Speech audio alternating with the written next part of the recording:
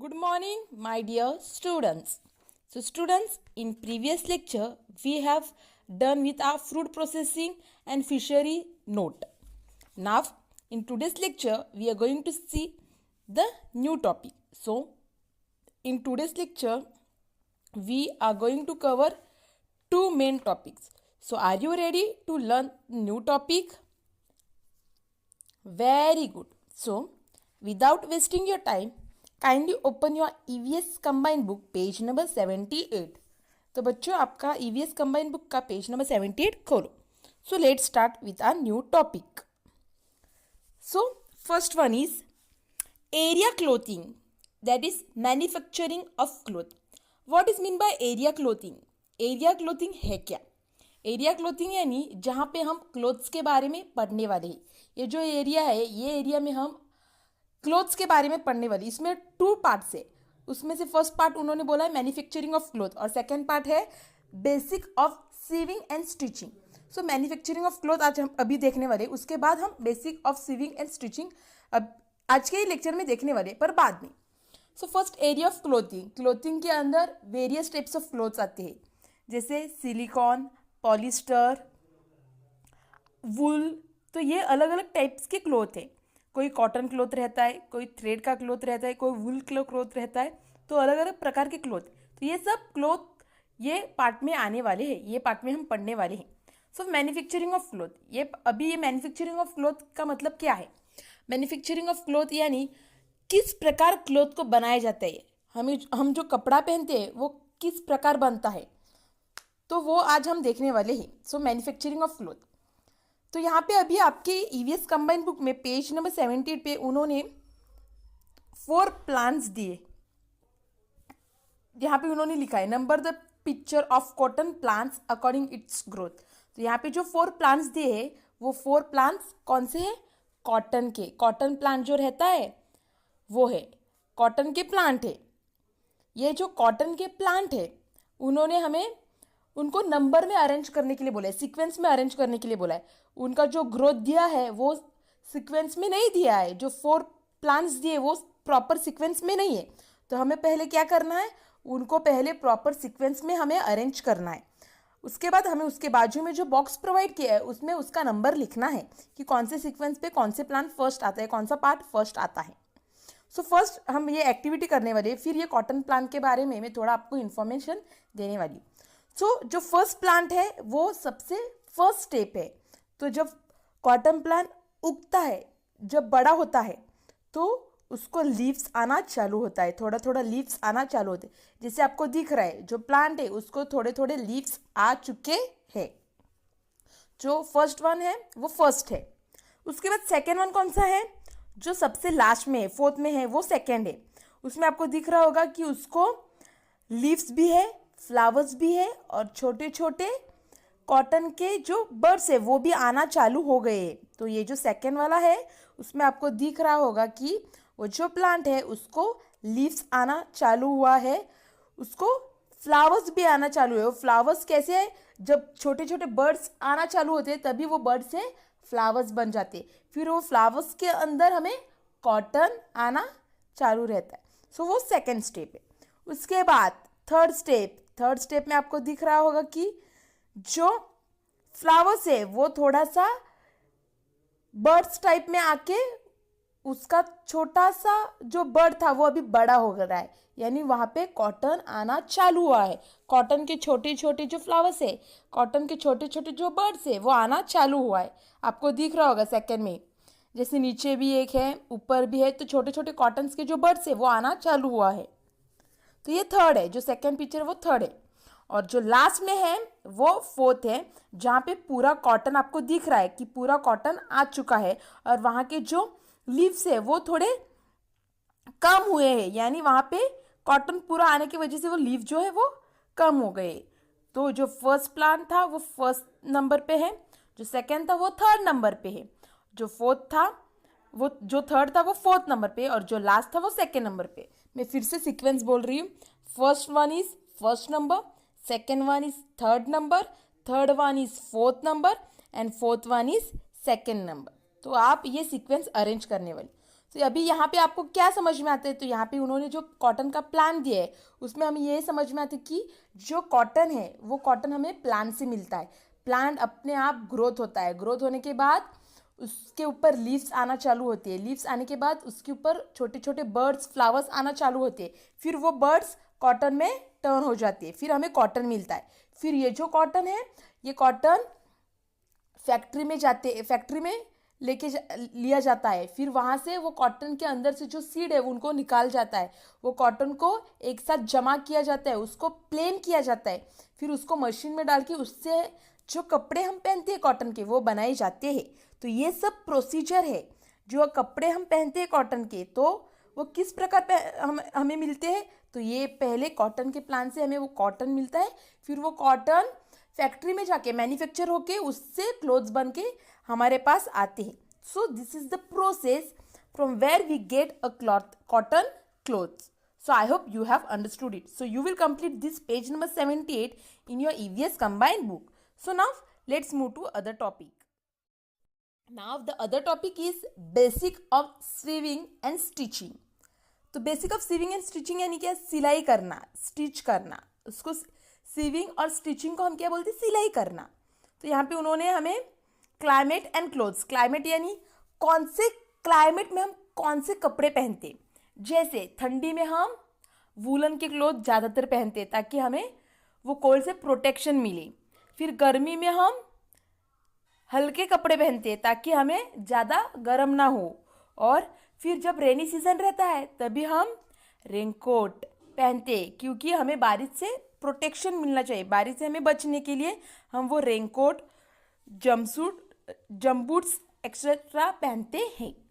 तो यहाँ पे अभी उन्होंने हमें 3 क्लाइमेट्स के बारे में दिया है और वो क्लाइमेट्स में हम कौन से क्लोथ्स पहनते हैं और क्यों पहनते वो हमें बताया हुआ है। So climates and clothes. Clothes protect us from heat, cold and rain. We need to wear right clothes for the right season. तो यहाँ पे उन्होंने बोला है कि clothes protect us from heat, cold and rain. जो कपड़े हम पहनते हैं वो सब कपड़े हमें किसी न किसी काम के लिए यूजफुल रहते हैं। जैसे जब सनराइज रहती है तो हमें क्लोथ सनराइज से प्रोटेक्ट करते हैं, जो सूर्य किरण रहता है उससे हमारे जो क्लोथ्स है हमारे बॉडी को प्रोटेक्ट करते हैं। जब ठंडी रहती है तभी हमारे जो क्लोथ्स है वो हमें ठंडी से प्रोटेक्ट करते हैं, वो हमें वार्म रखते हैं, हमें ज़्यादातर ठंड लगने नहीं देते हैं। फिर जब रेनी सीजन रहते हैं तभी हमारे कपड़े रेनकोट जैसे वो हमें बारिश से बचाते हैं, हमें भीगने से बचाते हैं। So this all types of clothes protect us from heat, cold and rain. जब ज़्यादा हीट रहती है तभी हम सनकोट पहनते, जब भी हम बाइक से जाते धूप में तभी हम सनकोट पहनते। तो वो सनकोट हमें क्या करता है, वो सनकोट हमें सनराइज से बचाता है, हमारी स्किन को डार्क होने से बचाता है, हमें हमारे बॉडी को हीट लगने से हमें जो सनकोट है वो बचाता है। So clothes protect us from heat. फिर कोल्ड, जब भी ठंड रहती है, विंटर रहता है तभी हमें बहुत ठंड रहती है, अभी भी हमें ठंड लगती है तो हम क्या करते हैं, हम स्वेटर लेते हैं, ब्लैंकेट लेते हैं। तो ये जो सब चीज़ है, स्कार्फ, शॉल, हैंड ग्लोव्स, तो ये सब हमें ये जो ठंड है यानी कोल्ड है या इससे हमें प्रोटेक्ट करते हैं, इससे हमें बचाते हैं। तो ये क्लोथ्स हमें बचाते हैं, हमें प्रोटेक्ट करते हैं। फिर जब बारिश रहती है तभी रेनकोट, गमबूट्स, तो अम्ब्रेला, ये हमें रेन यानी बारिश से बचाते हैं, प्रोटेक्ट करते हैं। सो ये सब क्लोथ्स हमें प्रोटेक्ट करते हैं। So clothes protect us from heat, cold and rain.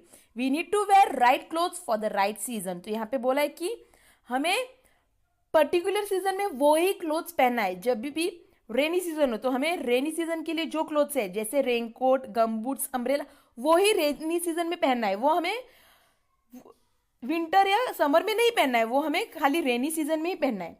अगर कोल्ड सीजन यानी विंटर सीजन होगा तो हमें वो टाइम पे वूलन क्लोथ्स ही पहनना है ताकि वो हमें वार्म रखे।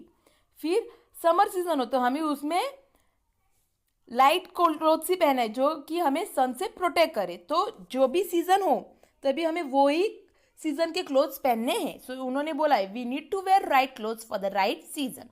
अभी यहाँ पे उन्होंने क्लोथ्स और उसके बारे में दिया है, यानी सीजन और कौन से क्लोथ्स वो सीजन में पहनते हैं वो दिया है। So let's go through it. First one, we wear cotton clothes in summer, they keep us cool. We wear cotton clothes in summer, they keep us cool. तो समर में हम कौन से क्लोथ पहनते हैं? Very good. तो summer season में हम कॉटन के क्लोथ्स पहनते हैं. वो जो कॉटन के क्लोथ्स है वो हमें कूल रखते हैं, यानी गर्मी महसूस करके नहीं देते, वो हमें ठंडा, हमारे बॉडी को कूल रखते हैं. So this in summer season we wear cotton clothes. तो समर सीजन में हम कौन सा क्लोथ्स पहनते हैं? Very good. In summer season we wear cotton clothes. और समर सीजन में हम कौन से और कपड़े या और क्लोथ्स पहनते हैं? So let's see. So in summer season we wear light T shirts, then we wear sunglasses, then we wear hat, then we wear shorts, we wear tank top, we wear polo shirt, then we wear cap, we wear light dress. So ये सब चीज़ हम summer season में पहनते हैं ताकि हमें सन से protection मिले और हमारी बॉडी कूल रहे. So these are all the clothes that we wear in summer season. Now the second one is winter season. We wear woolen clothes in winter. They keep us warm. तो जब winter season यानी ठंडी का मौसम, जब ठंडी का मौसम रहता है तभी हम वूलन क्लोथ्स पहनते हैं. क्यों? क्योंकि वो वूलन क्लोथ्स हमारे बॉडी को वार्म रखती है, हमें हमारी बॉडी को गर्म रखती है, हमें जो ठंडी बाहर है उनका महसूस करने नहीं देती.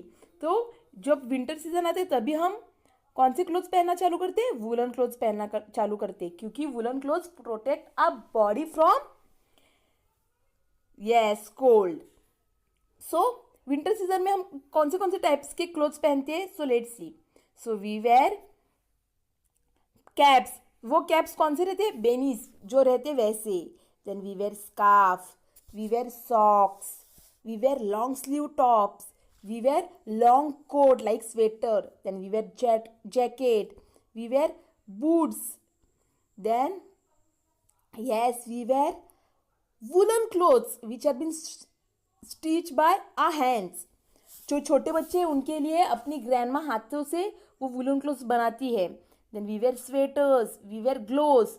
सो we wear all this clothes to protect us from cold. So this all types of clothes we wear during winter season. So we wear woollen clothes in winter, they keep us warm. Very good. Then the next one is very good, rainy season. We wear a raincoat or use an umbrella to protect us from rain. जब भी rainy season रहता है तभी हम कौन सा कपड़ा पहनते हैं? यस, हम रेनकोट पहनते हैं, फिर हम लॉन्ग बूट्स पहनते हैं, अम्ब्रेला लेते हैं. क्यों? क्योंकि ये सब चीज़ हमें रेन से बचाती है, यानी हमारे कपड़े को, हमारे बॉडी को भीगने से बचाती है. तो ये सब चीज़ पहनने के बाद हम रेन से बच जाते हैं, यानी यह सब कपड़ा जो है वो हमें प्रोटेक्ट करता है. They protect us from rain. So we wear raincoat और use an umbrella to protect us from rain. So what all things we use during rainy season are? We use sunglasses, we use umbrella, then we use boots, then we use hat, which protect us from the rain. Then we use raincoats. So these all types of clothes and things we use during rainy season. So we wear a raincoat or use an umbrella to protect us from rain. So we have saw about 3 seasons, that was winter season, summer season and rainy season, where we have saw various types of clothes which we wear in particular season. Okay. Now students, kindly turn your page and remove your EVS combined book page number 80. Now here is an activity given, that is take the correct that equipment related to stitching. तो यहाँ पे उन्होंने various equipments दिए, various things दिए, various objects दिए. तो अभी हमें वो ऑब्जेक्ट्स को ऑब्जर्व करना है और कौन सा ऑब्जेक्ट हम स्टिचिंग के लिए यूज़ करते हैं, स्टिचिंग यानी सिलाई के लिए यूज़ करते हैं, वो ऑब्जेक्ट के बाजू में हमें करेक्ट मार्क करना है. जो बॉक्स प्रोवाइड किया है हर एक ऑब्जेक्ट के साइड में, उसमें हमें करेक्ट मार्क करना है. तो हमें हर एक पिक्चर देखना है, केयरफुली देखना है, फिर हमें उसके बाजू में टिक करना है, यानी वो ऑब्जेक्ट हम स्टिचिंग के लिए यानी सिलाई के लिए यूज करते हैं कि नहीं. तो are you ready to do this activity? Very good. So let's start. So the first picture is needle and thread. तो नीडल एंड थ्रेड हम यूज करते हैं कि नहीं? यस. तो स्टिचिंग के लिए, सिलाई के लिए हम नीडल और थ्रेड का इस्तेमाल करते. सो you will put tick in the box. Very good. The second one जो पिक्चर है उसका इस्तेमाल हम करते हैं नहीं. वो हम जब घर बनाते तभी सीमेंट लगाने के लिए वो यूज करते. तो ये हम नहीं यूज करते. तो आपको वो बॉक्स में कुछ भी नहीं करना है. उसके बाजू में थर्ड पिक्चर में यस स्टिचिंग की मशीन है. वो सिलाई की मशीन है जो हम यूज करते हैं. जब सिलाई करते हैं, स्टिचिंग करते हैं, तभी ये सिलाई की मशीन का यूज हम करते हैं. सो you will put tick. Very good. उसके बाद है नाइफ. नाइफ का इस्तेमाल हम करते हैं नहीं. सो आप बॉक्स में मार्क नहीं करोगे. उसके बाद है gun. Drill gun. Drill gun का हम यूज करते हैं स्टिचिंग के लिए नहीं. वो हम वॉल में जब नेल लगाना हो तभी उसका इस्तेमाल किया जाता है. तो इसके बॉक्स में हम टिक मार्क नहीं करेंगे. फिर उसके बाद है स्केल. स्केल का इस्तेमाल हम करते हैं. Very good. स्केल का इस्तेमाल हम करते हैं ना. सिलाई के टाइम पे मेजरमेंट लेने के लिए स्केल का इस्तेमाल करते हैं. तो स्केल के यहाँ पे हम टिक मार्क करेंगे. Very good. उसके बाद है सीजर. सीजर का इस्तेमाल हम करते हैं. Very good. सीजर का इस्तेमाल भी हम करते हैं. कब करते हैं? जब जो कपड़ा है उसको जब प्रॉपर शेप में काटना हो तभी हम सीजर का इस्तेमाल करते हैं. तो वहाँ पे हम टिक मार्क करेंगे. उसके बाद मेजरिंग टेप. मेजरिंग टेप का भी इस्तेमाल हम करते हैं ना. यस. जब भी हमारे हाथों का, वेस्ट का, लेग का मेजर लेना है तभी हम इसका इस्तेमाल स्टिचिंग में करते हैं. तो यहाँ पे भी आप मार्क करोगे. और जो लास्ट में है वो है थ्रेड. तो थ्रेड स्टिचिंग का सबसे मेन पार्ट है थ्रेड. तो इसका भी इस्तेमाल हम करते हैं. तो यहाँ पे भी आप टिक मार्क करोगे. तो यहाँ पे कौन से इक्विपमेंट हम यूज़ करते हैं? तो नीडल और थ्रेड को टिक मार्क करोगे. फिर जो मशीन है उसको टिक मार्क करोगे. फिर जो स्केल है उसको टिक मार्क करोगे. फिर जो सीजर है उसको टिक मार्क करोगे. और जो मेजरिंग टेप है उसको टिक मार्क करोगे. और जो थ्रेड है लास्ट में उसको टिक मार्क करो. तो ये सब जो टिक मार्क किया हुआ थिंग है वो हम स्टिचिंग के लिए इस्तेमाल करते हैं. तो इसका इस्तेमाल हम स्टिचिंग के लिए करते हैं. सो you will do this activity in your EVS combined book on page number 18. Okay. Now below that they have given a second activity that is stitch different types of clothes. Stitch different types of clothes यानी यहाँ पे उन्होंने 2 types of clothes के बारे में दिया है. वो है smooth texture clothes and rough texture clothes. Smooth texture clothes यानी जो सॉफ्ट रहता है, जैसे कि सिंथेटिक यानी सिलिकॉन टाइप जो कपड़ा रहता है वो बहुत स्मूथ रहता है. तो उसको हम स्मूथ टेक्सचर में चिपकाएंगे. और रफ टेक्सचर यानी जो थोड़ा रफ रहता है यानी कॉटन जैसे, तो उसको हम रफ टेक्सचर में चिपकाएंगे. तो यहाँ पे आपको पिक्चर लेना है स्मूथ टेक्सचर का और रफ टेक्सचर का. यानी आपको पिक्चर लेके यहाँ पे चिपकाना है. जैसे मैंने चिपकाया वैसे ही आपको भी चिपकाना है. तो स्मूथ टेक्सचर के नीचे आपको स्मूथ कपड़े वाला जो भी पिक्चर है वो आपको स्टिक करना है. और रफ टेक्सचर के नीचे आपको जो रफ कपड़ा वाला रहता है उसका पिक्चर स्टिक करना है.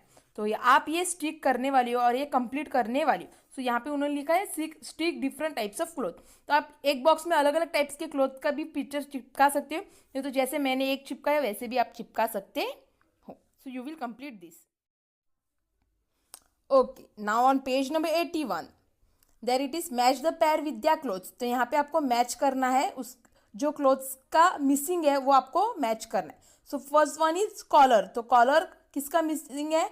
जो नीचे का सेकंड शर्ट है उसका मिसिंग है. तो आप यहाँ वहाँ पे मैच करने वाली हो. फिर सेकंड पिक्चर क्या है? यस पॉकेट है. तो पॉकेट किसका मिसिंग है? जो फर्स्ट पिक्चर का शर्ट है उसका पॉकेट मिसिंग है. तो वहाँ पे आप मैच करने वाली हो. फिर उसके बाद है फ्रॉक का नीचे का जो घेर है वो मिसिंग है. किसका है?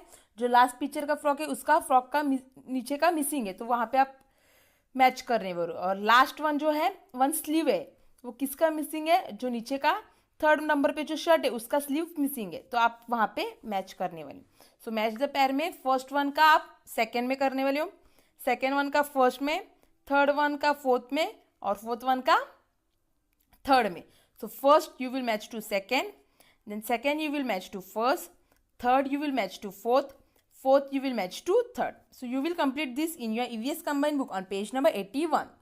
Okay, let's move further. Now there is other activity given. They have told that stick different colors thread. तो यहाँ पे आपको अलग अलग कलर्स के थ्रेड चिपकाने हैं. तो आप रियल थ्रेड भी चिपका सकते हो कलर के, नहीं तो आप एक फोटो भी चिपका सकते हो. जिस प्रकार मैंने एक फोटो चिपकाया आप वैसे भी स्टिक कर सकते हो, नहीं तो आपके पास जो कलर की थ्रेड अवेलेबल है वो कलर की थ्रेड आप एक एक थ्रेड यहाँ पे चिपका सकते हो. मैं फिर से रिपीट कर रही हूँ, स्टिक डिफरेंट कलर थ्रेड में आपको क्या करना है, अगर आपके पास अलग अलग कलर्स के थ्रेड घर पे अवेलेबल है तो आप वो थ्रेड चिपका सकते हो, रियल वाला थ्रेड, नहीं तो आप ऐसा एक पिक्चर लेके उसका भी फोटो चिपका सकते हो. तो यहाँ पे अलग अलग कलर्स के थ्रेड का भी हमें दिख रहा है. तो ये एक्टिविटी आप आपके ईवीएस कंबाइंड बुक में पेज नंबर 81 पे कंप्लीट करने वाले हो. So students, I hope you have understood about today's lecture. So let us recap what we have learned in today's lecture. In today's lecture, we have saw about manufacturing of clothes, where we have saw about cotton plants and its steps. Then we have saw basic of sewing and stitching, where we have saw various steps of clothes that we wear in particular season, such as in winter season we wear woolen clothes, in summer season we wear cotton clothes, and in rainy season we wear raincoat.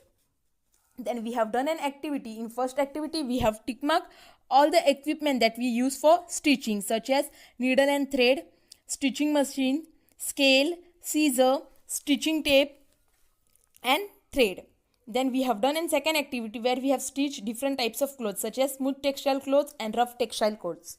Then again on page number 81 we have done an activity where we have matched the pairs with their clothes, such as we have matched collar to shirt, then pocket to shirt, then frock part to frock, and one sleeves to shirts. Then again last activity we have done where we have stick different colors thread. So here we have stick various colors thread on page number 81. So I hope you have understood. Now students, it's a homework time. अभी आपका homework. So what is your homework? So the homework is you will complete your EVS combined book page number 78. तो आप आपकी EVS combined book का page number 78 complete करने वाले हो. फिर आपकी EVS कंबाइंड बुक का पेज नंबर 80 कंप्लीट करने वाले हो. Then you will complete your EVS combined book page number 80 and then you will complete your EVS combined book page number 81. फिर उसके बाद आप EVS कंबाइंड बुक का पेज नंबर 81 कंप्लीट करने वाली हो. मैं फिर से रिपीट कर रही हूँ कौन से पेज आप कंप्लीट करने वाली हो for the homework. So EVS combined book page number 78 के बाद डायरेक्ट पेज नंबर 80 और 81. सो 78, 80 और 81 ये तीन पेज आप EVS कंबाइंड बुक का कंप्लीट करने वाले हो. After completing you will take a picture and you will send it to me. Complete करने के बाद आप ये तीन पेजेस का फोटो लेने वाले हो और फिर मुझे भेजने वाले हो. So I hope you will complete this. So students, thank you.